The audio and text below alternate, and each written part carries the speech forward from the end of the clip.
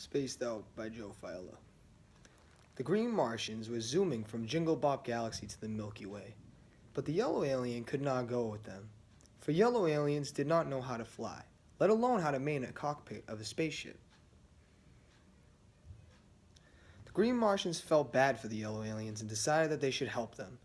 They took a flake of his scales and told him, "Yella, we will take you with us, but you must leave a clone of yourself in order to look after your family unit whenever we return to the galaxy."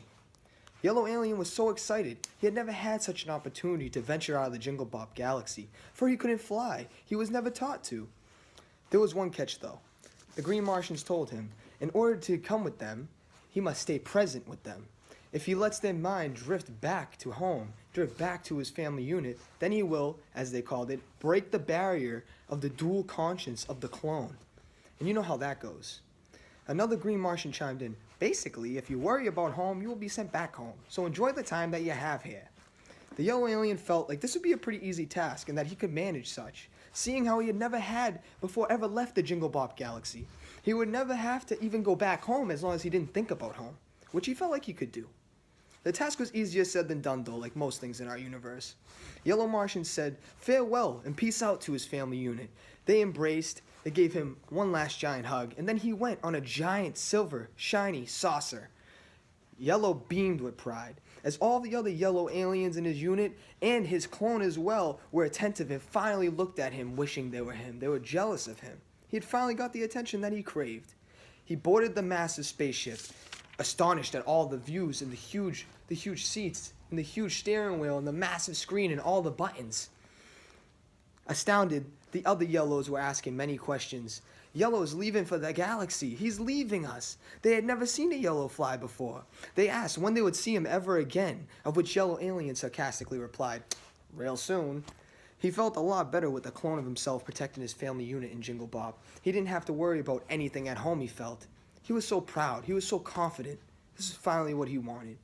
He had no reason to think about anything from home, except the new world ahead of him. Whoosh! The saucer flew off the surface of the planet, and Zinizop and the Yellows all took a last glance at the planet, as the family unit sat on the ground, and he rose above them, looking at them, waving goodbye. He and the green Martians zoomed farther and farther away from the unit and from their home planet. The green Martians could tell, though, by his expression that Yellow was troubled. He couldn't leave his past behind him. He couldn't help but think about his home. Was his family okay? Were they thinking about him? Was anyone worried about him? He had no idea what was going on at home and if everything was okay. Was the food good? Were they eating? Was everybody taken care of? Yellow Alien really started thinking about leaving. He couldn't believe that he was finally leaving Jingle Bop and all of the stuff behind him. Then it started to pressure him. He couldn't believe he was leaving his home. He couldn't believe that all these people were waiting home for him. He couldn't believe that he had a clone. Yellow opened his eyes. Blackness. He started to feel angst. He didn't know what was going on. He could no longer see anything. Then he tried to open his eyes up again. Was he dreaming? Where was the ship? Was he back on Jingle Bop? As he had never left, he opened his eyes and he saw his family. What had happened? Darn it. Could he just not stay in the moment? Is this what the green Martians were talking about? Is this why all of us are stuck here?